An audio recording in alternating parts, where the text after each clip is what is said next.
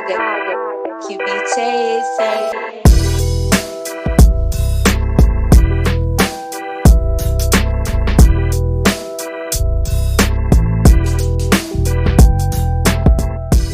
G'day, listeners. This episode is proudly brought to you by our major sponsor, Gym Journal. Please use the code MATTER, all capitals, at checkout, and you'll receive a discount on your next purchase. Please find the link in the description. G'day, listeners, and welcome back to the Matter Mentality podcast, where we talk all things training, nutrition, and psychology to optimize your performance.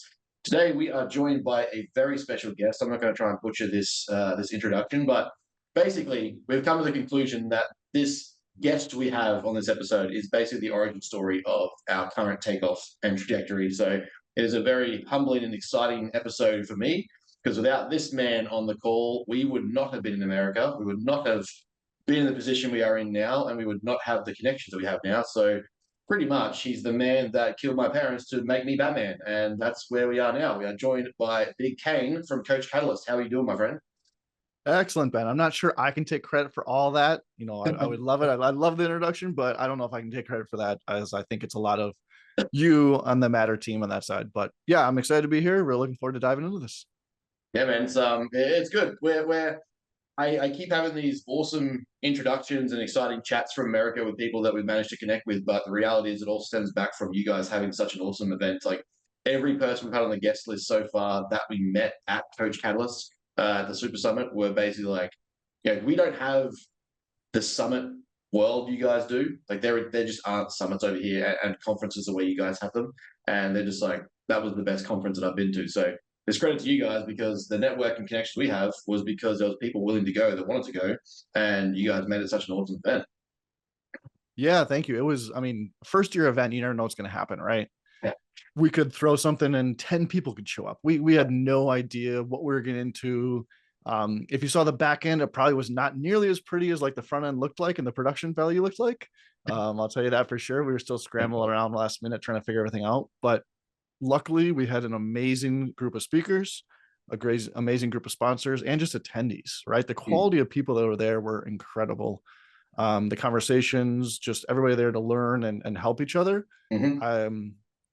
Obviously, I think we attracted the right type of person that we wanted, and built something awesome that we're looking to continue building on for years to come. Yeah, it was definitely looking, every time I caught you, Cav, I'm like, I want to ask a question as to what I've got to do or where I'm going to be, but also don't want to interrupt what's happening right now because Cav looks serious. And then like you walk over to me and he's like, slap me on the ass or like massage my shoulders. I'm like, I don't know if you're really tense or if you're just like, this is just you in your zone, but like, I don't really want to talk to anyone right now and piss anyone off because everyone looks like they're dialed in. And it was, but like, once it started rolling, you could just like, you'd see the interest that the attendees have. You could see the interest that all the guests had. You could see the excitement. Like, it just wasn't a boring event. Like so many times, it's like part of the reason why I got into the science of psychology was the stuff is always written from doctors to doctors, and the conference is always run from doctors to coaches or doctors to doctors, and it ends up being this boring, mundane repetition of literature, and that's always the disconnect between the coach and the authority, right? So having conferences like that, I think, is like, it's the gap the industry needs, where people are talking to real people in a way that they've understood the literature and they can pass on to someone who doesn't. Yep. Yeah, I think that's true, right? It's not this, well, in studies, we see this happening. It's like, no. Like, I was working with a client last week in the gym and this is what happened. Yeah. Or like, and you have people like yourself, right? You have Dr. Danny, you have these people who are super, super smart, who understand much more than just the same category as those guys, but sure. I mean, you're right there, right?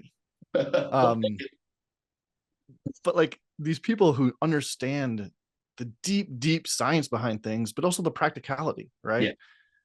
Having Jane come to your gym and want to lose a little bit of weight, they don't need everything that the science literature tells us. Mm-hmm. But can we use some of that stuff to break it down, make it simpler, and actually make it applicable in our real life? Yeah, then that's like, I think exactly what you guys delivered. So I mean, if that's, I think it's got you got two directions this is going to go. You've set the bar so high day one that it's either going to be so much pressure to nail a second time, or it can only get better from here because you found the formula that wins. Let's go with the second, right? It's going to get better. It's going to get better. You've got really good speakers coming back from Australia, I think, that are going to really deliver. Really got to amplify it. The But accent just makes you guys sound so much smarter, right? It's yeah, just have that credibility immediately on stage that I just can't have. just don't make like drinking jokes that no one understands. Because I thought it was an international knowledge thing that people had and thought of Australians. It was not went straight over everyone's head. So I'm like, leave that out for the future. Nailed it.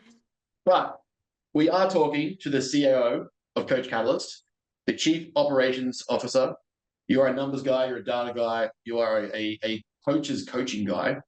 You created this system, well, you guys, between you and Trev, created this system to improve coaching.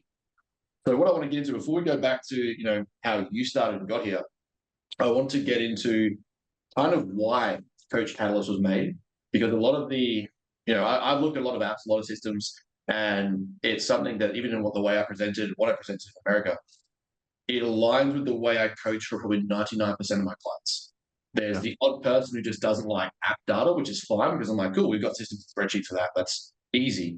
But majority of the people that I'm trying to build, work with, whether it be wellness, corporate programs, culture programs, whether it's trying to be our Gen Pop the bodybuilders, most of them nail this app pretty sufficiently because I can tell them what I want them to do. The rest is up to them. So it's important to understand the benefit of the system, and I want more people on it. But at the same time, how did you guys get here to recognize? Because a lot of people don't understand habit formation, behavior change, lifestyle modification. They just go, here's your macros, here's your calories, here's your program, fuck off. Yep. So, like, how did you guys get to this is the way this app needs to be? Yeah, I mean, if depends how far back you want to go. If you want to go way back into how this actually like all came to be, right? So growing up, I was an athlete, right? I played a bunch of different sports, played basketball, volleyball, a little bit of football, soccer, baseball, kind of all over. And that identity was This man is 7 feet tall, just so you're aware that makes sense. We look at that height on screen, but we're not. Yeah, 6'6", but that's why basketball and volleyball were my best too, right? Where can I use my height to my advantage? But yeah, so like being an athlete was just kind of part of my identity. And so I went to play college basketball at a small school in Minnesota. And that's where I met Trevor. So being 2'6" guys coming in as a freshman, fighting for playing time, we kind of butted heads right away, but then quickly created a deep bond. Because we had those same values. We wanted to get better. We were competitors. We were always pushing each other. And that kind of lasted throughout our college years and beyond. So after college, he went over to Germany, played a little pro ball over there. I went and got my MBA. After that, we kind of both circled back in the same realm. So we both started gyms, both started these boutique style personal training gyms, mine in Wisconsin, him in Minnesota, Midwest, same thing. Nobody cares the difference between those two. But we kept talking back and forth, like, how do we keep clients accountable? They come to us for 3 hours a week. It's awesome. But the other 164 hours a week, like, we don't know what they're doing. And honestly, that's what makes the most difference. And at the time, we were very, very influenced by PN. So like precision nutrition, like that was like the big gold standard of like behavior change in the fitness space. And we kept talking to them like, hey, you need to do a software. You need to do a software. We need this for our clients. They kept saying, no, we're not going to do that. We're not going to do that. And we tried probably about 10 different softwares at the time. Like we even did things with like Google Sheets, with text messages, with automation and all these other random things, and nothing worked. And so eventually 2 guys with zero tech experience said, we're going to start a software company. Which sounds like a great idea, right? I mean, genius. Can't write a lick of code, don't know anything about it, but like, what's a JavaScript? Yeah, it's coffee. Did you know that? Sip of coffee. And so we went through this probably 1.5 year journey of hiring students to build it, which got us absolutely nowhere, to trying to like just do it ourselves, to finally hiring like a legit dev shop to build our MVP. Which at the time they quoted us like $10,000, and we were like, oh my gosh, like we can't spend that much money on something like this. Yeah. We've invested a little bit more than $10,000 in it these days.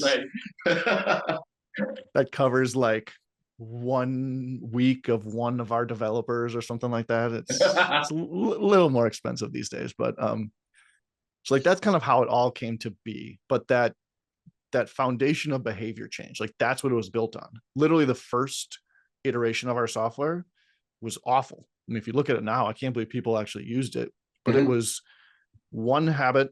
You'd ask a client one habit a day to say yes or no, and that was it. That was the entire software. And from that, we evolved. Like we added lessons in education. We did communication, we did data tracking, we did workouts. Like we kept building it out, but the foundation of it has always been behavior change. Like, how can we keep clients accountable when they're not with us? And I think it's very different than a lot of other softwares out there because, well, number one, most softwares come from tech people. Yeah. They see the coaching space, they see gyms, they think I know what they need. Yeah. They've never coached anybody a day in their life. They don't know what they need. Yeah. And so being coaches ourselves, and Trevor still, runs a gym. I still coach a handful of clients on a daily basis. We understood what coaches actually needed. Yes. And so we built it differently. It was built by coaches, not by tech people. And the other big difference, I think, is most of these other ones are workout builders, right? They come in as, I'm a workout builder. I can kind of do habits this way. I can kind of do communication. I can kind of do, education. Yeah. We were the other way. We're like, no, we're a behavior change software. That's what we are. Yeah. You can do workouts as well, but like we're a behavior change software. That's what everything we do is about, getting the client better compliance and actually doing this stuff. Yeah. And I think that simplicity is key as well. Like I've worked with a multitude of coaches. I've worked at advanced levels of training. I've got an advanced level of clientele myself. And the majority of people the way I structure programming, which is in line with most of the evidence and literature anyway, still manage to get their programs done. I can sufficiently check their progression and load. And that's basically all that needs to do. It doesn't need to be much more fancy than that.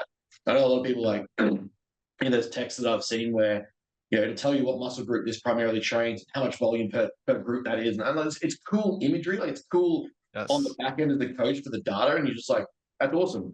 I've also got a spreadsheet that I write down where I allocate volume to a client. So it's not like, oh, this one key piece of coaching data is missing from this app.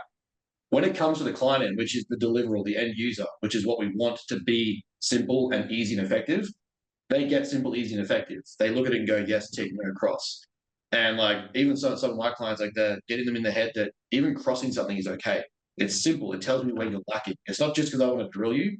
It's because I just want to see where you're struggling. Are you, 3 liters of water instead of 4? Okay, well then cross the 4.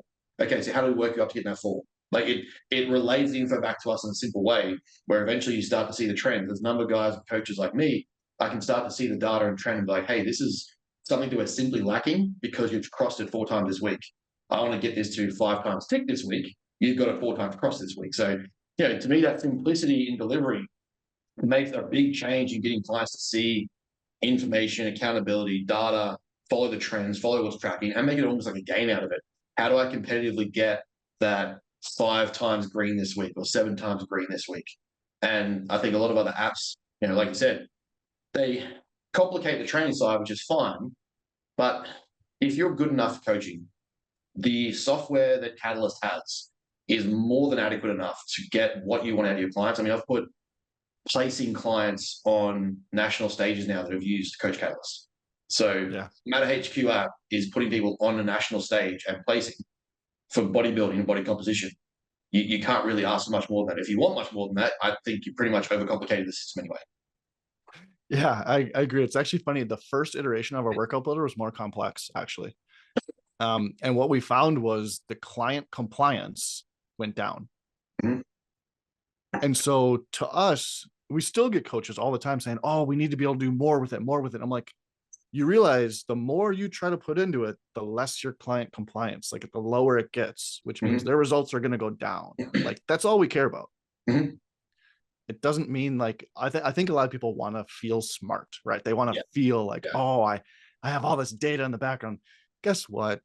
I have loads and loads of data for 10 years of training clients. I never look back on it and make decisions based on it. It's, did they do their workout? Yes or no? Did they eat their veggies? Did they drink their water? Like 90% of it is doing these basics every single day, over and over and over again. And most clients, that's what they need. And then the top 10%, that's where you're a coach, right? That's where you get to come in and you get to show your expertise and you get to motivate them, inspire them and get that. But the actual checking in, like we want to make it as dead simple as possible so the client actually does it.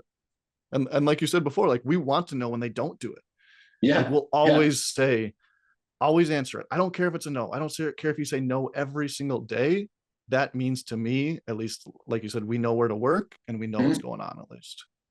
Yeah. And like that's then to me where like part of, if anyone wants to talk about, one of the crazes of this industry is everyone's apparently scientific and evidence-based these days, but they miss a multitude of evidence and data. Like they'll fixate on like, I need this many sets per week and this, but then they're missing the foundations of how to get a client to actually do it. And they're like, oh, but I'm evidence-based. Like you're evidence-based in your training data, but then you're lacking the actual evidence base of coaching as a skill. Coaching has Yes. evidence to it. There's a science to coaching. There's a science to data. There is a science to motivational interviewing, conversation, behavior change, lifestyle modification. So if you're getting the data applied to just how you program, but then you're ignoring the data and the research on how you get someone to actually change their life, change their results, change their behaviors, then you're not actually coaching. You're just writing some numbers into a spreadsheet or a program. So to me, it's like when you use the app, it gets really easy to see, or when you at least use the system correctly, you get to see like, okay, part of our checking form is like, what's one action you want to improve for next week? But then before that, it says what's something that we like, what was an obstacle this week to your goals? And that's how we've kind of used the form. It's like it's a lot of self-leading for the client. And then there's room for like, how is your training? How is your nutrition? Give it a number out of 10, 10 being perfect. What's some feedback for me? So they guide themselves through the sheet with the intent of behavior change to be the key, that I want you to pick what you want to work on. So if you know that I'm telling you, okay, this week we've got 3 things that you're missing, and you've got gray boxes here, but you haven't even ticked the boxes. Okay, how do I get you to just simply tick the data? Well, what do you want to work on? On my accountability. Okay, to be accountable, just tick or cross. That's it. From there, okay, did you like the fact you had more crosses in vegetables and green? No. Let's work on vegetables next week. And it just builds into these simple progressions of habits and behavior. But and that's why I don't, I like the system built in of Coach Catalyst, that it's not just like a 12-week challenge or 6-week challenge. We're going to change your entire life. You can use the system to scale someone's life out on a global picture. I'll map out someone's life for 12 months. And most of the time, it's like we can progress from certain levels. If there's hiccups, I can modify. If there's the task is taking a little bit longer than expected because they just, adherence was slightly off, we can just keep pushing things back. We can keep adding those skills. Then it's another skill. Then it's another skill. Eventually, their action list looks like this, but it takes some of the stuff away because it's so built in to their routine in their day. They don't need to do much more than that. And it's like, okay, well, now you've got your protein sufficient, you've got your veggies sufficient. Let's work on fruit. Let's work on water. And it just scales. It scaffolds. It's so easy when it's done properly. But going back full circle, the point is that a lot of coaches get fixated on the evidence of programming, but they fail the evidence of coaching. And that's what I think makes this app so successful and easy to use, is that it actually ingrains the data of coaching, not just programming. Yeah, I mean, as coaches, that's what we're doing, right? We're change coaches. Like that's what we do. We are coaching change. We're coaching exercise, we're coaching technique, we're coaching, diet and stuff, but we are really coaching behavior change. Mm-hmm. And we're guides in this process, right? I think the way you said it is great. We're not just giving them open-ended, hey, do whatever you want. Yeah. But it's more like, okay, like I'm guiding you down this path. I want you to make the choice, but like I'm here to help guide you in the right direction and keep pushing you along that right journey to where I know you need to be at the end. But like we can't just be dictators on all of it too. Yeah. But it's kind of funny because the software, yes, it's a very health and fitness software, right? Mm-hmm. But you know what some of the best verticals it's working in right now is addiction specialists. Yes. So people who have addictions are using the software because, yes, we're in the health and fitness space. It's accountability software. It's coaching software. Yeah. It's not just that's what the backbone is. It's not just a workout tracker. So that when you realize that somebody in like AA can use it to, beat addiction, it's probably going to work pretty well if your clients to help change their behavior to be more healthy. Like there's a commonality there. The backbones or the bones are the same. And so that's why it works so well. It's not just here's a workout template. Let's go have fun. Yeah, if we go back to the foundations of behavior change and change theoretical models, it originated in addiction anyway. So it makes sense that, that app is sufficiently helping that environment. We use it with our wellness guys and our mining corporate team and stuff as well. So, there's there's so many different, like when people think of, I think one of the biggest mistakes people think of is when they think health and fitness or coaching or training or PTs, it's just in the gym, grunt cussing, like, the burner session, the failure session, and just making sure that you get that good finisher and you feel the pump, which is like, is part of training. You want to have your clients enjoying it, absolutely hammered. It's cool. But a lot of people don't understand, I guess, the actual behind it sort of, there's more to it than that sort of mentality as a coach. Like they fail to recognize the way that we're supposed to help. I mean, if you genuinely are evidence-based and passionate about coaching, you're trying to modify change, you're trying to make change in a person's life that they otherwise weren't going to get.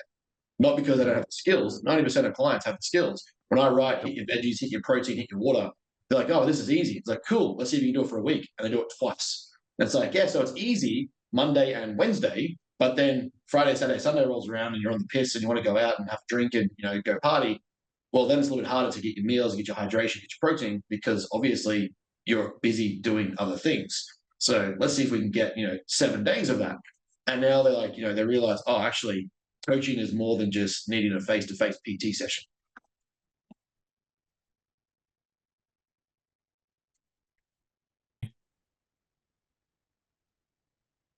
Can you hear me? Am I frozen? No, I got you. All right. We're back? Can you hear me? Yeah, I got you. Yeah. Okay. Sorry about that. I didn't hear that last part. Basically, I was just, reiterating the point that people misunderstand the use of the app, or at least you misunderstand the use of coaching when it's like, we're focusing more on the behavior and the person behind the scenes, not so much just the 1 hour that we have with them in the gym. Yeah. One thing that I think is really interesting with all this is, like, at least for me personally, I found is trying to find that domino for clients, right? So for me, I know that eating better is probably going to make a bigger difference in my life and kind of where I'm at, right? If I can change my diet, if I can eat a little healthier, I'm going to get more out of it than if I just bust my butt every day working out. However, exercise and activity are the domino for me that makes everything else easier. So even though nutrition, diet, some of that stuff might actually be the thing that is the most important thing in my life, exercise and activity make it easier to do that.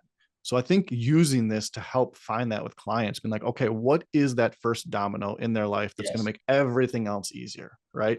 It might not be the most important thing all the time that's going to make the biggest difference, but it's going to make every other aspect that you want to have happen easier and easier and easier. And they're just going to have that snowball effect where they're just rolling downhill and it just becomes easy. So I think that's really interesting as a coach, is trying to use that to be like, well, for some people it's activities, for some people it's, more like a sleep and lifestyle, for some people it's diet, for some other people it's something completely different, but using your ability as a coach to figure that out, and then using something like an app or a software to help accelerate that. Yeah. And I think that's where you guys kind of excel, is that difference of approach, that it's not just here's your training and like some macro numbers. Like, don't get me wrong, I can set the client's macro targets, send them a meal plan through the app if I need to, but it goes so much more beyond that, because inside your macros, I want you to make sure there's 500 grams of vegetables scattered across your day. Don't care what they are. Like, most of the time I start with the client, I'm like, don't even fucking tell me what the vegetables are. Just get 500 grams of vegetables. You decide what they are, track that eventually, but I don't give a shit. As long as if you're going from 0 vegetables to you telling me you've had 500 grams of vegetables for 7 days, holy shit, I guarantee you already lost weight. You're going to the bathroom more, you're feeling fuller, you're more satiated, you're more healthy, bowel movements are cleaner. Oh, we're going to add some protein? Cool. Don't care what it is. Just get 30 grams of protein 4 times a day. Oh, shit. Now I'm feeling a bit more recovered. And I feel more rested and my body's feeling a bit better. Sweet. And you're probably feeling fuller too, because you've got vegetables and protein. Now let's actually fuel for your training. And it's so easy, because inside that, inside those macro numbers, I've just set those expectations. The rest of what you do with the food, I don't give a shit. But to start off with, when we're really working on that modification, I can get the client to buy in, because here's your macro targets, but on your app, you've got your macro targets, plus inside those macro targets, I have, on one of the actions that we use for the app for daily actions is 3 to 500 grams of vegetables, 3 to 5 serves of protein, 30 to 40 grams per serve, minimum of 3 liters of water, stuff like that. And so it's like, inside those targets that are the standard coaching number, I've then gone a step further and I can say, this is how I want those numbers made up. After you tick those boxes, the rest is up to you. Yep. Yeah, I love that approach too, because it's not, follow this thing to a T. And I mean, there's a realm for that, right? There's a certain aspect and there's a certain place for that type of coaching. for a lot of us, people don't need that. And honestly, it probably doesn't help them, right? Mm. We know that information doesn't create change, right? Yeah. If it did, We we'll all have- know we all know exactly what we should be doing or what's better for us. We don't do it half the time. Mhm. And so instead of giving them like, here's the exact prescription you have to stick to, and people feeling Yeah. like in a little box and they can't get out, you give them that guardrails, you give them a little bit of freedom, but like, hey, you got to stay between this. Mhm. And it lets them learn, it lets them, develop on their own and really have the skills to be able to do this forever instead Yeah. of, like you said, for the 6 weeks. Anybody can lose weight and feel better in 6 weeks. Yeah. Hey, what about 6 months from now? Yeah. Like, are you still there? Because that's Let's the hard check back part. in 12 months to see how you're doing. Yeah, because I mean, I'm sure you've had those clients. We've all have, like, Oh yeah. get great results, leave. A year later, come back again. Do another yo-yo, leave, Yeah. come back. Like, eventually they figure it out, hopefully, but like, it's human nature, but it's still like we're trying to combat that as best we can through better practices and through better coaching. Yeah. And I think, going back to the summit, that's what you guys really kind of emulated there is that there's a practicality to it. There is the application. One of the key ways that I try and teach, and especially in the lectures we're building for the Matter Institute, there's a lot of in-lesson application. Like I try to create a lot of case studies where, one of the problems I find with like literature and coaching and like doing random courses is a lot of it is just here's the data from a person's perspective and like this is what the trend says, this is what data says, but you can only systemize a human being so much until there's individualization. You have to be able to think on that situation, what is the best choice based on the information that I have? That's where like that critical assessment, trying to actually use case study information really helps. And that's like what I found most useful about you guys with the summit. There was a lot of like instant take homes, whereas a lot of stuff like, a lot of times like you go to a course or a lecture or a face-to-face seminar or summit, and it's here's all this information, and a bunch of people have been like, what the fuck do I do with it? Whereas, I can speak on behalf of me. I literally tried to make sure that, because you and Cav both said like there just needs to be deliverables on the points you're making. And there's a lot of people talking business, and that's why when me and Cav sat down, like, what do I want to talk about? It's going to be like, hey, this guy knows this. It was There's a lot of people here talking numbers, shop, business, all that sort of stuff, which is awesome. I want you guys to walk away with like tangible how to use the app actions right now. And this is how we do it in our system. And there was a lot of people that did that in their realm of what they presented, whereas, other summits, meetings, lectures, education is just here's more information. You don't need more information. You need to know how to use information. Yeah, I think that's the common thing, right? I know I'm at fault here, right? I've gone to so many seminars and events across the years, and I leave feeling motivated, right? You feel, oh, this is awesome. I got so much awesome content. I'm going to dominate my business and completely change. Yeah. And on Monday, you're back in the business. And it's like, well, nothing actually changed, right? Like, I don't know what to do with all this. Yeah. And that's why, honestly, I think that's why your talk at the Supercoach Summit was one of the, the best ones that like the feedback we got was amazing because of that, because you took complex systems.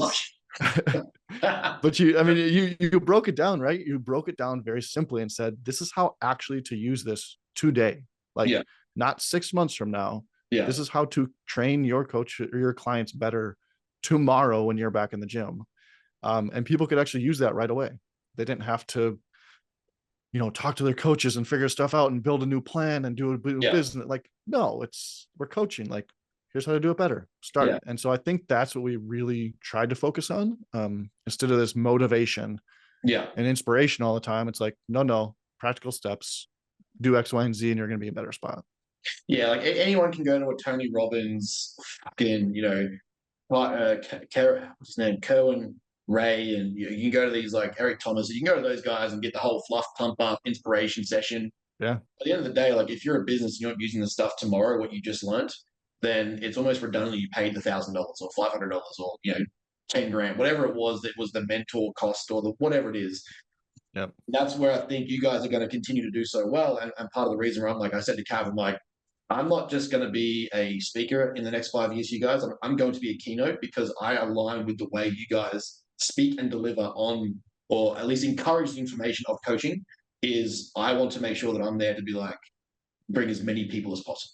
And I was like, because more people need to be at or around or involved in the types of summits that you guys created, because it's such an applicable change-based, I guess, session, weekend, event, is that, you know, people can actually take from it instantly and go, here we go, we're moving forward. I can put this into action right now and not have to pay some more money or pay someone else information, or, you know, have to go ask someone else to ask someone else on another connection or a network. Like, I literally take this from the stuff I paid and I can go put it into play right now. And, you know, moving on from that, it shows even in the app, which again is why I enjoy spending time on the app, just chilling, just making stuff, is that you guys have built into it lectures and education and messages. Like, that system to me is so much more useful. I have clients who are like, hey, I'm curious on this. So I'm like, cool, that gives me something to write about.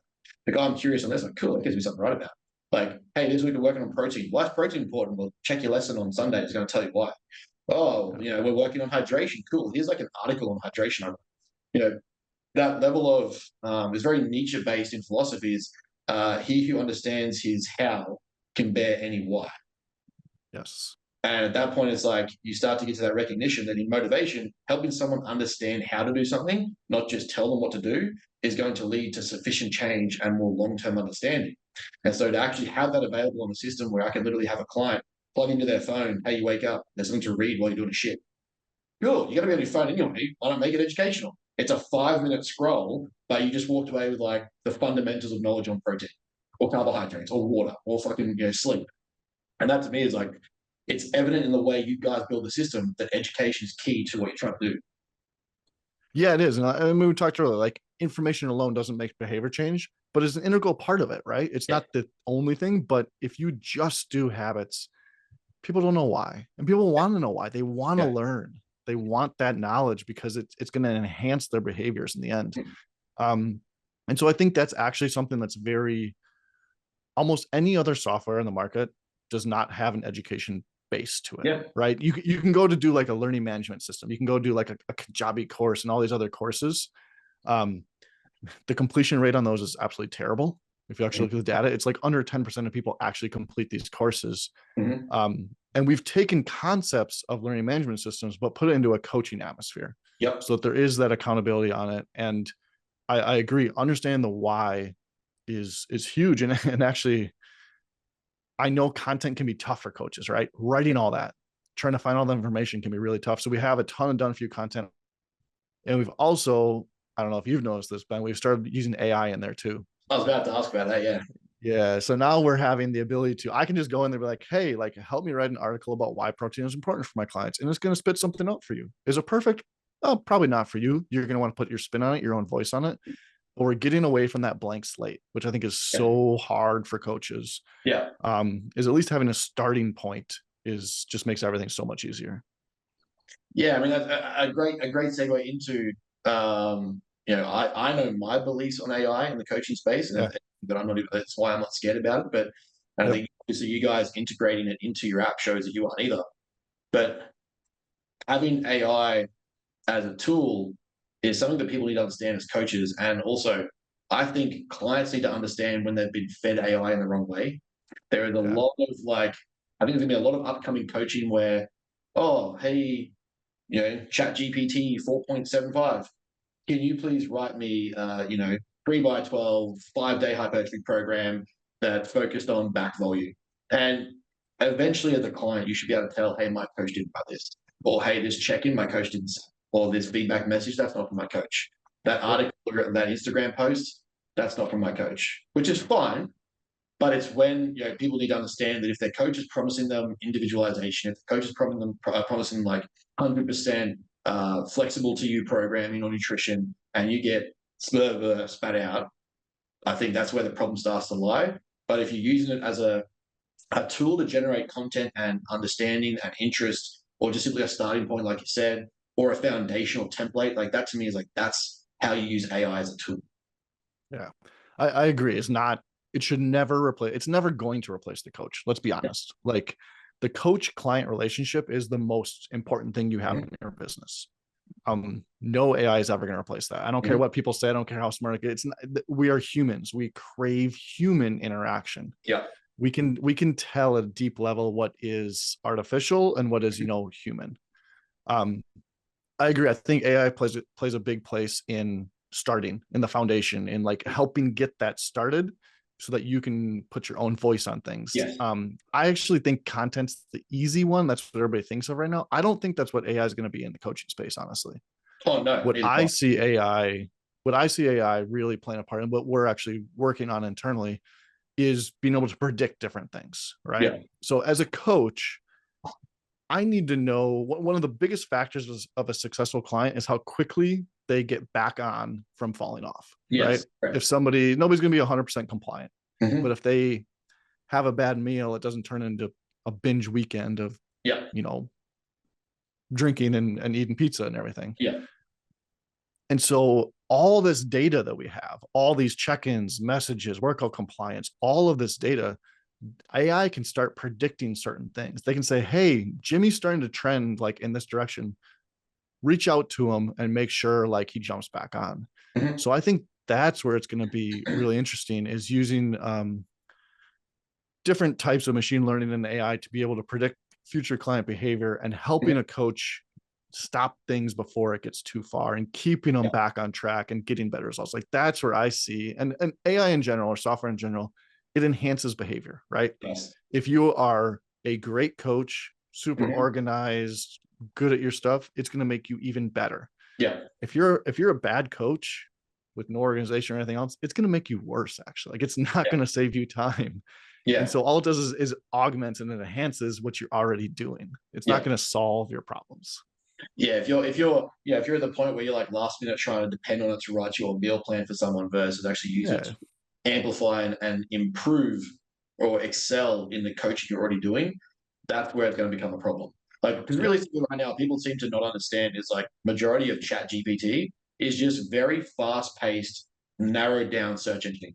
It's realistic. When you look at, if you type in, like the reason why it asks you to be so specific is because you're narrowing the search frame for it, and then it provides you the best answers of a combined information. Because right now, if you go to Google and you type in like weight loss plan, 4 billion searches come up, and there's like the plus amount of search on like next pages you can click is absurd. So all it's trying to do is basically condense that information based on the narrow framework that you've given it.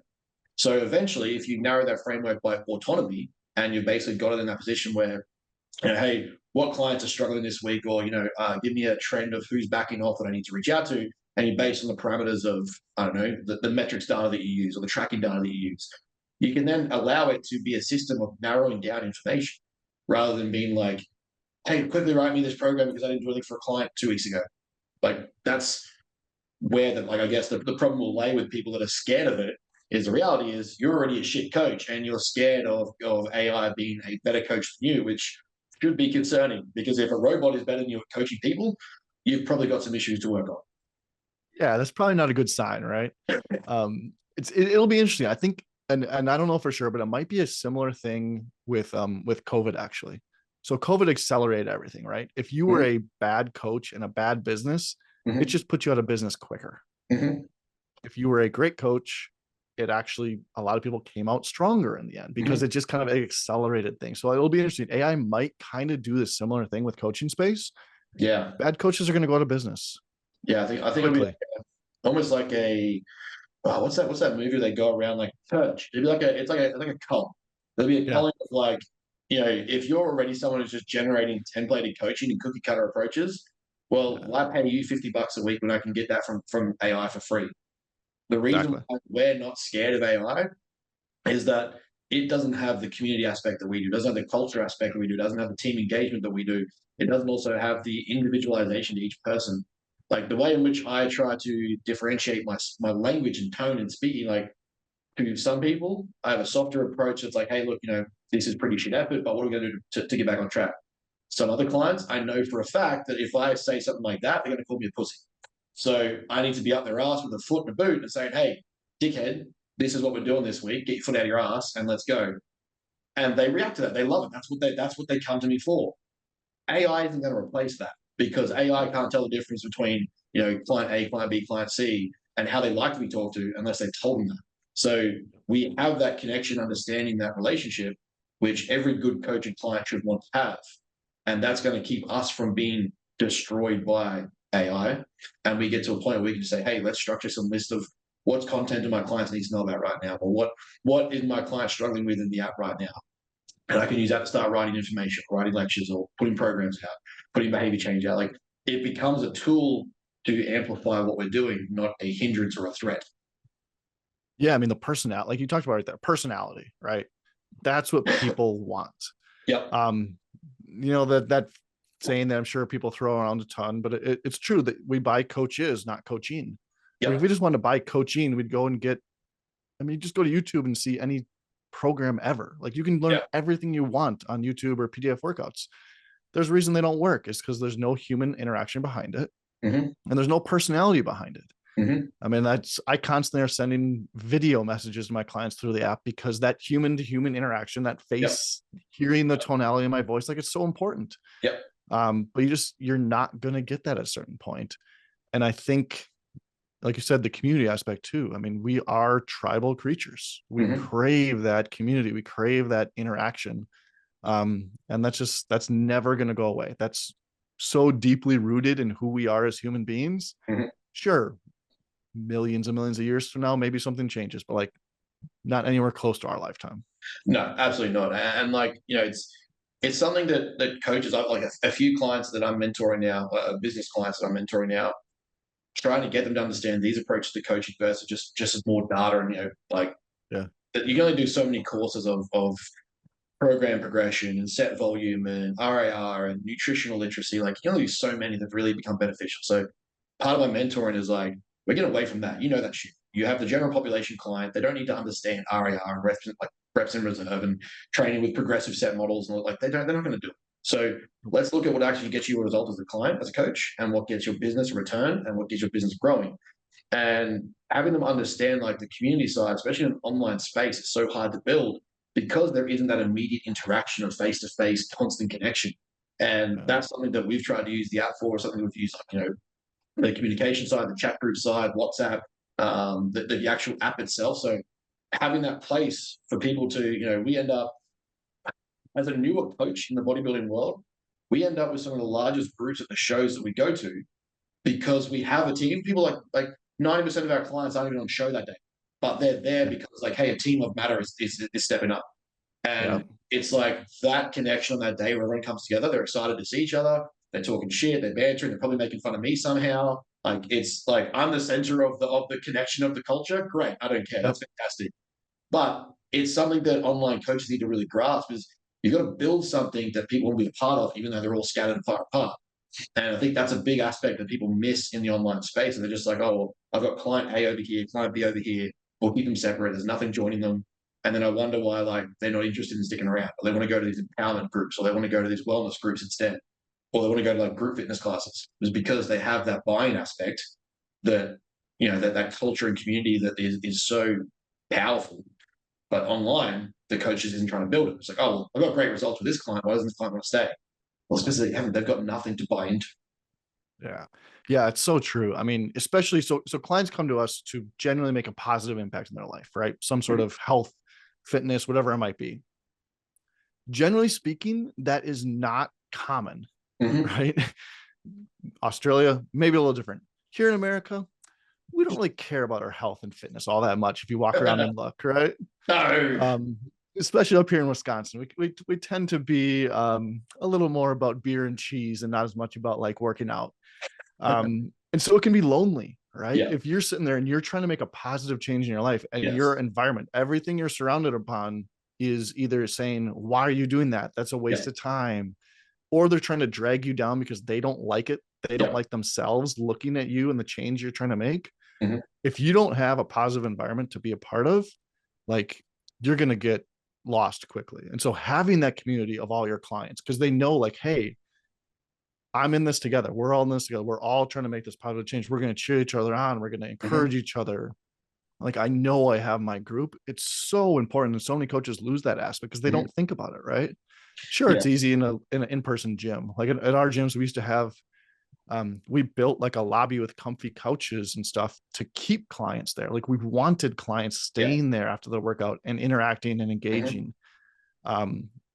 You need to foster that online. And yeah, it's a little more difficult, but you at least need to give it a shot and have a place for them to communicate. Yeah, exactly right. And like, it enables at least a place where they can feel like they're connected with other people doing something similar. Like we try to explain and clarify that no one in our group has the same identical goal, but everyone's goal is to progress forward at what they're doing. So Yeah. in that instance, everyone's goal is the same, though it's quite different. We're all intending to progress and go forward. No one here has the intention to pay me money to stagnate, drag their feet, go backwards, or fail. So in that instance, we're all on the same page or the same boat, which is to go forward. We may divvy in different directions, and then we may work on different tasks. We've got a multitude of clients going from like elite athletes to actors, bodybuilders. We've got people who want to run marathons. We've got fighter pilots. We've got a cool array of people. But every single one of them has been ingrained by me or themselves that the goal would be to go forward and reach out to other people that are also trying to do the same thing. Because, like you said, for most of life, people will only support you so far as to before you put them on show. So if you're getting to a point where your social circle is holding you back because, well, they don't want you to change any more than you already have because now it makes them look bad. Well, you need to have a circle that you can go to, like, look, my fucking friends are here being dicks. Does anyone want to go for a training session? Yeah, hell yeah. We've got 2 guys in your area. They're all trained already. Why don't you go jump into a session and, get it done? That fostering of connection and communication is going to make them realize, oh, there's more people like me. I can keep going. I don't have to stop because my friend group said not to. Yeah. And that's such a powerful thing, right? I think people overlook that all the time. Yeah, we hear about it and we just think, oh, that's not me, right? I have the willpower to do it. I don't need that. Good luck. We all need it. Like, no matter what it is, business, relationships, health, fitness, whatever it is, surrounding yourself in that right environment is just, it's the absolute best way to get there. I guarantee you, if, I hung around people who were a ton stronger than me, I'd get stronger. Like, there's no doubt I couldn't help but get stronger. Yeah. So it's like just finding that group. And as a coach, it's your job to foster that group for people because it's tough for them to find it. Yeah. And the more you foster it, that's how people seek you out. It's not necessarily how many textbooks you've read. It's, can I help you create an identity that you are going to keep progressing towards? And can I give you the right environment and the right tools? If I can do that, I can coach you to do anything. Yeah. And we're pretty much like one of my favorite things about what we do is like, we live and breathe the stuff that we teach people. And we live and breathe like everything that I say out loud or say to people that I do, you're literally watching me do it in space and time because it's actually like we're not at the end point yet where I can like speak on what you need to do to get there. I'm literally saying the things that I tell you that you need to do to get to a certain place. And then I do them. We do them as a company and it's happening. Like the fostering of environments. We didn't have to take that risk and spend the money to fly to America. And like, it wasn't a paid gig. Everyone was like, why are you going that far for something that's like free? Like, if you kind of understand the value of networking, expanding your reach, connecting with people in a greater population base and be around people that I think are going to be over there, then you don't understand business or growth. And then to get over there and have taken that risk and see the network and connections we have now, like, yeah, we have to get up at 3 a.m. to join the calls to be in Cap's group. But at the same time, it's like where we want to go in the future, that trade-off of like an early morning twice a month is worth every minute of what we've already connected and built. So what's it going to be in 2 years' time or 3 years' time when we keep doing it? We're showing up in that new environment, that new business environment, that new drive, and surround ourselves with people that are either just as driven or more driven, or we're in there showing people to be just as driven as us as well. And it's creating a group that just get after it. We are more likely to succeed in business now because everyone around us is doing that same thing. The same thing in like coaching, in your lifestyle, in your social groups, in your circles, your nutrition targets, your training targets. If majority of your friends are on the bag and getting absolutely cooked and drunk on the weekend, chances are you're probably getting invited to get on the bag and get cooked and drunk on the weekend. Yep. If you want to start creating that circle, as a coach, if you really want to get that buy-in, you want to get that change, use something like Coach Catalyst, get a Matter HQ app, get something like that. Actually create a place where people feel connected in a way that they've never been before because, hey, everyone in this group is going after it versus the group I usually see, which is guys that are regretting their life choices on Monday, Tuesday, only to repeat them Friday, Saturday. Exactly. Yeah. I mean, I couldn't agree with you more with everything you said. I mean, I know, like, if I went to Australia, right, and I hung out with you, I guarantee you I would get stronger, right? If people don't know, I'm 6'6". I got chicken legs compared to Ben. Like, we were in Virginia, he's like the size of my body, so that makes sense.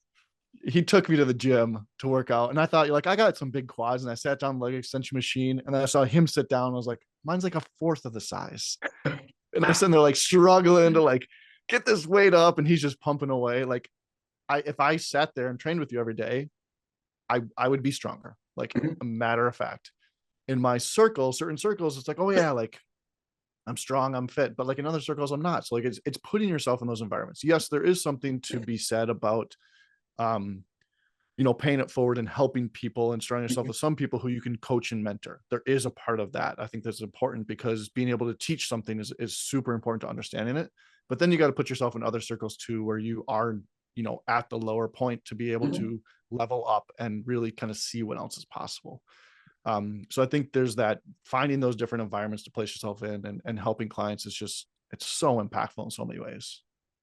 And I guess like that kind of, I guess one of the final questions I want to get to is a bit of mixing your personal side with the businesses is, as you said, Catalyst is ever growing. It's not been like one thing and like that's what we do now, we're done. You've consistently grown, adapted, and evolved the system over time. You've implemented, like, you're a smaller company in the realm of developer software apps and things like that. But in regards to like continual growth and expansion, you guys are doing your like the utmost to stay up to date, continually progress the app, find what is missing, take feedback. Like, I remember we jumped on a call when we first started, and I was like, one of the things that I find super beneficial is I have a feedback form of data, but also have a qualitative questionnaire that I use my clients to understand their week, not just their numbers. And then within, I think it's like 8 weeks, you're like, hold on, I got this. 8 weeks come back, you're like, by the way, here's forms. You can now implement a form and a spreadsheet with all those different like plug and play connectivity, build it however you want. Here it is. And it's been like one of the best parts of the way we've used the app is integrating the forms into the system. So you guys are constantly taking feedback or are either ahead of the curve and like, hey, we're already like bringing this in. And I think like that reflection of like the way you described about like the progressing your environments, adding people, making sure in the right places, you guys seem to do that with the company as well. And I guess like that's kind of where the question leads to is that sense of growth and development. Do you find that came from, between you and Trev, that sporting background, that like development at a younger age? I know that my sporting history has played a huge role in the way I view growth and progression in even business and my own training. But is that something I think you guys found that made you different, was not just being a tech guy, but having that sporting background involved in the company, then being like, we just need to get better?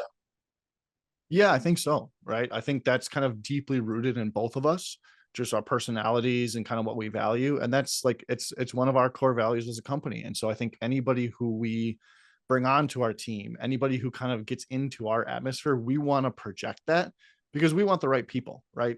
Sure. We would love 1,000 new coaches to join us tomorrow, but if they're not the right people, it's going to make it worse. Mhm. And so we really try to make sure that like we project as much as we can our values and what we want from, both this industry and software and the app and everything else, so that we attract the right person. Mhm. I mean, one of the lenses we look at all the time, no matter what we're doing, any new feature, anything we're looking at the app, we always look at two lenses. Does this save the coach time? Mhm. And does this enhance the coach client relationship? Mhm. If it doesn't do that, we push it off, like maybe someday, but like those are what we actually want to do. And within that, I mean, we're still coaches, right? We're using the software every day. And so there's a Yeah. lot of times I'll be coaching a client, I'll be like, that's annoying. Like, I had to do this much stuff just to get it to happen. Like, we Yeah. got to fix that. Yeah. And so I think that's, a lot of tech companies don't have that, right? They don't have the founders actually using the product in Yeah. real Yeah. life every day. So there's a lot of things like that I'm like, that's stupid. Like, why should we do that? That's not how it works in real life. And Mhm. we adapt, and luckily we're a small enough company where we can pivot quickly and move fast. Like, speed Mhm. is one of our values we try to epitomize. So like it's a big thing for us in that realm. Yeah, I think speed of implementation is a very understated and undervalued concept in business. Like, Yeah. it doesn't matter how good your systems are. If someone's giving you feedback that could make it better and you take 2 years to add it, you've just lost that person's interest, which then scales out to like 20 people's interest because of who they network and connect with, versus you going, hey, this person said I can make this slightly better. 50% of the client use would improve with it, 50% would make a difference. Okay, that makes sense to change it. We're going to change it now. because that's now like another 20 people who tell their friends, who tell their friends, who tell their friends, and they're going to sign up or they're going to buy in. Like even the way like describing the fact that the founders are using the product. Jobs only used Apple products in the Apple factories, like in the Apple like HQ. They are using Apple too as they were building it. Like this is something that we use. This is something that we're doing. We're keeping it as a closed-in network because we use the stuff and we want it to be perfect. So no one has to buy extras or additions or use extra stuff. They work to take the feedback. They use it themselves. And go, this needs to be faster. This needs to be better. Like there's something to be said for the passion of using your own product and believing in it, not just, hey, we're gonna, spend some money and pay someone to do it, and then it's just a product to sell. The point is to improve the end user's life with the use of the product, not just take money for it. I think like that, Yeah, that exactly. goes in great companies. Yeah, exactly. I mean, just taking money is never going to last, right? We're trying to build something to last. Yeah. We don't want something that's going to be here, a year from now, but then 2 years from now, who knows, right? Well, that's not what we're in this for. We want to build something that's going to last forever, and things have to evolve and really adapt to in order to do that. Speed is a very interesting thing, right? I think you, generally speaking, people fall on one of two sides. They either are just too slow to do anything ever, like you mentioned, like 2 years from now, maybe we'll do that, or they're constantly changing and you never know which way they're going. Yeah. Right. It's almost too fast all the time. Yeah. The way I almost think about it, like an analogy I use a lot, is what I want to be is I want to be this like race car where we have the back tires held up, right?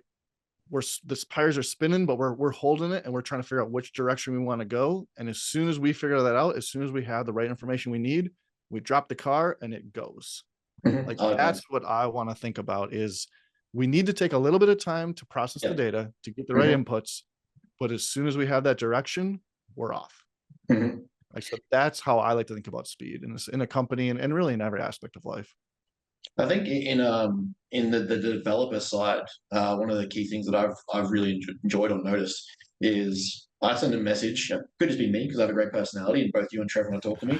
But I send a message saying, "Hey, look, I've noticed a bug. Something's doubling up. This is happening. Whatever is going on. The spreadsheet's not working, or the form's not working. Client found this straight away. Message back, or there's a 18-hour delay in time." Usually there's a communication straight back. Hey, Ben, what's going on? Who's this person? Can we check it? You guys are jumping into the back end. Not like there's no breach of privacy there. You're literally going into the back end of the system and saying, hey, we can see on this end, this has happened. Cool. We've got the coding. We fixed the bug. This is done. It should be back to normal. Get them to reset it, restart it, whatever. And usually within 24 hours, the problem that client was stressing about is done. That to me, like as a developer of tech companies, software, the speed of implementation like that is a big deal. Like that's going to be the reason why people stay is like, you can expect a perfect tech company, which will never happen. But how fast do you get to that feedback point where you're like, we have someone on this now? It might be 2 or 3 days because it's a bigger problem. It might be 12 hours because it's a smaller problem, which have to rewrite some code or just plug and play something different. But it's done in like basically you communicate with it straight away. So even on the developer side or the tech side, the speed you guys try to operate at, I think is very confirming that you make the right choice with Coach Catalyst. Yeah. I mean, I love hearing that, right? I would rather hear something about that than like, oh, I love the software. Almost hearing about the support and the customer and the experience, like that jazzes me up almost even more.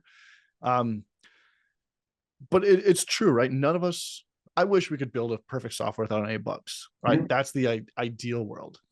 It's never going to happen. I mean, even today, I was on a call with Cav earlier, and Google wasn't like our Google account wasn't working for something. Like one of the biggest software companies in the world that we think is almost perfect, they have bugs, they have issues. And so we know it's not going to be perfect, but we have to try to make it as easy as possible on coaches. We had, what was it? We had an advisor early on that told us we should outsource our customer support. And we luckily did not listen to it because that is one of the, sure, it could be cheaper, but like our customer support is one of our biggest core values that we want to get to coaches. And that's what we hear the most testimonials about is like, I love working with you guys. Like, it's so easy. We love communicating that speed that we have there. That's what separates us from some of the bigger softwares out there that sure, maybe you like working with them and not many do, but like you never hear back from them. It Yeah. takes forever. It's very impersonal. Like you don't know who you're talking to. Being able to talk to Trevor, myself, Ashley on our team, Emma on our team, like you get to know us, and Yeah. we're gonna fix your problem as Yeah. fast as we can. Mate, thank you for jumping on. I've taken off a lot of your time. I've got a few final questions. More like rapid fire, so don't think too much. What? But if you were to describe Coach Catalyst to a coach or a client, a customer, in one word that would make them recognize the difference of Coach Catalyst, what would it be? One word. One word that always comes down to me is accountability. Like that's the bone of it, is accountability, right? Most things aren't actually built on that, but that's like the backbone of everything is accountability. I like it. One book that you would recommend to coaches, customers, clients that would amplify their service in line with the way you guys kind of do things, or it could just make I would say Never Lose a Client Again by Joey Coleman. Ooh, okay. I think that is a great book on customer journeys, which I think a lot of coaches don't think about, right? Yes. They don't think about those touch points and like what happens. And 2 weeks in, there's going to be a dip where they have buyer's remorse, and how do we get them out of that and preempt it? Like that's the stuff that actually makes businesses excel. So that's what I'd say was probably one of the best. Cool. And I agree. I like that. I do agree. Touch points and kind of like customer journey is a huge lapse in coaching business. Yeah. What is your go-to cheat meal, refeed, free meal? I'm just having a night where I'm watching the footy and I'm just going to dig in. Ooh. It's gonna be between tacos and pizza. Actually, no. We're gonna go nachos. Just a big pile of nachos with some pulled pork on it and everything. That would probably be my biggest, like, let's just dive into that. It's such an American answer. Like, we're gonna grease up and just make a dirtier version of an international food, and then just make. Exactly. There's more. Why wouldn't we, right? In America than there is in Italy, but it's like we're just gonna find a way to make it pounds, but more dirty than the original. Yeah, that's exactly what we do. That's what we're known for. Okay, we're not known for anything original. It's just making other food worse. Yeah, worse, better. Yeah, some people think better, really just worse. But I mean, look, we had 5 guys for the first time. It was pretty phenomenal. You gotta go in and out next time. I mean, like we are playing the West Coast, the East Coast. We are playing the East Coast. You gotta go West Coast. You gotta go West Coast. It's the sorry, no, wait, sorry. Yeah, we're playing the West Coast in line with landing the East Coast as well. So we'll hopefully get there. I didn't even get to have Chick-fil-A, to be honest. Like the airport was shut.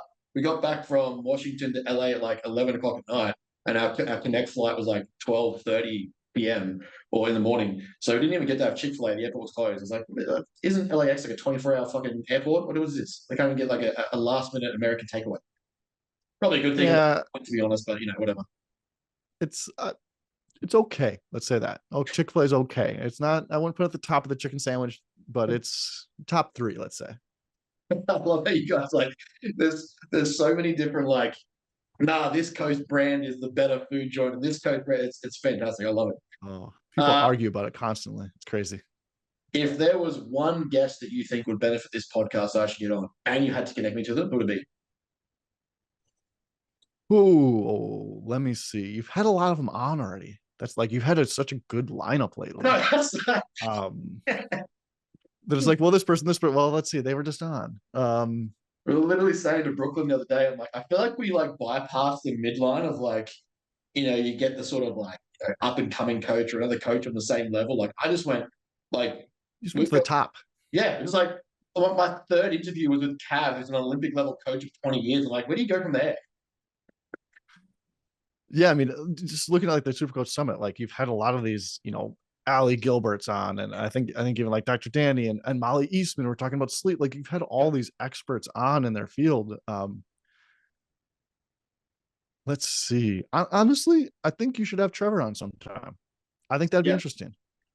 I really think having a round table with you guys and talk like just straight up business. I think the business side of coaching is something a lot of people lack. I've got certifications and degrees of education in business that kind of help me, but there's so many, especially in Australia, the lack of business knowledge that is taught at the school level or like education level to be a coach is disgusting. Basically, Yeah. like, you go be a sole trader, don't understand anything about taxes or business structure, client onboarding processes, streamlines. See how you go in 12 months' time. So I reckon that'd be a pretty awesome podcast. But yeah, I think Trev will be the next one to get on, and I can just stir up the difference between Minnesota and Wisconsin. Well, the difference is Wisconsin wins at things and Minnesota loses at everything. Like Minnesota's always the clap, right? They got the Viking clap. yeah, and they never win. But they never even do the clap. So I mean that's a big. We're both cold. We're both full of snow. We're both nice Midwestern states. The only thing And that I then know about Minnesota is like watching How I Met Your Mother when they make like they go back to the Erickson household and they just make all this food of like the what they call a salad, and it's like yeah, 7-layer salad of like mayonnaise, cream cheese, lollies, some lettuce leaf. I'm like, that's yeah, okay, that makes sense. They're all so set apparently. that's legit. Like that's the funny part is it's not that far off. Like my grandma used to make that type of stuff. Oh, that's fantastic. How do you feel? Like it's everybody laughs and thinks this is like such a, they're just, making it so outrageous. It's not that far off. Where they have the Vikings bar in New York City so they can all feel back home in Minnesota. Yeah, of course. You go anywhere, there's a Packer bar. Like Oh. my dad's traveling this weekend. There's a Packer playoff game. He's like, oh, I already found a Packer bar to watch it in that night, and there'll be everybody decked out in Packer gear. Like it's crazy. Fantastic. We just don't have like, yeah, we have our city teams, like, Brisbane has the Broncos in rugby league, and it kind of gets a little bit carried away, but you're not going to like Western Australia, you're going to find a Brisbane Broncos bar. That just doesn't happen. Yeah. I love it. Yeah. It's a little crazy, but it's fun. Good luck. We're hoping to be over there actually so we can go to a game this time. Like we want to, we missed the season by a week and I think like one day. Yeah, it was barely. Because Cav was like, I'm searching around to try and find a game to take you guys to, so I can try to get you like into the tunnels or into the sheds where we can actually speak to people and like see the whole experience. And it was like, I think it was a college game started a week of the day we left. I was like, yeah. Next time. We'll make it this time. Yeah, exactly. All right, my man. I appreciate you. That is all the time we kind of have because I've taken up a lot of your day. But is there anything coming up or interested in that people can search for Coach Catalyst, that they can find you, they can learn more information? How do we get more people to this? Yeah, I mean, Coach Catalyst HQ, that's kind of our handle on all the main social platforms. So, Instagram, Twitter, Facebook, check us out there. If you want to follow me personally, Kane Sivesind, you can find in the show notes. I won't even bother trying to spell it. It's a crazy last name. So just find that. We do have we're coming back for the Supercoach Summit this year. So we're having the live event again in Reston, Virginia in late August. So we'll release dates on that soon. And leading up to that, we're going to be hosting a Supercoach Virtual Summit this spring as well. So we'll be having a lot more information coming out. But if you want to hear, amazing speakers like Ben and, all these other guests that he's had on, as well as just, learning a few things and having a little fun, look out for our virtual summit and our live summit coming up. All right, my man, I appreciate you jumping on and giving us your time, and we will no doubt talk again very soon. Yeah, thanks a lot, Ben. Really appreciate it.